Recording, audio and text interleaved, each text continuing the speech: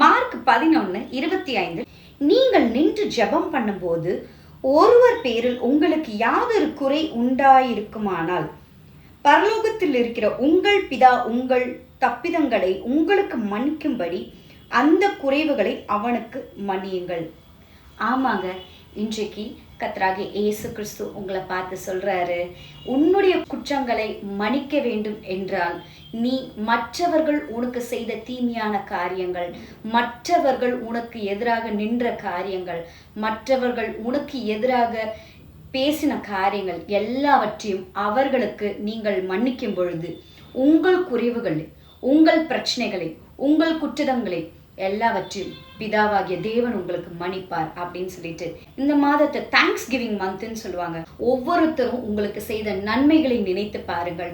ஒருவர் உங்களுக்கு தீமை செய்தார்கள் என்றால் அவர்களோட வாழ்க்கையிலிருந்து ஏதாவது ஒரு நாளாவது உங்களுக்கு ஒரு நன்மை செஞ்சிருப்பாங்க.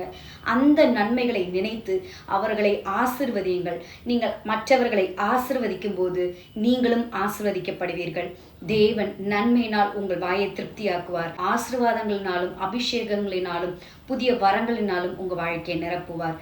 மன்னியுங்கள், அப்பொழுது நீங்கள் மன்னிக்கப்படுவீர்கள். God bless you.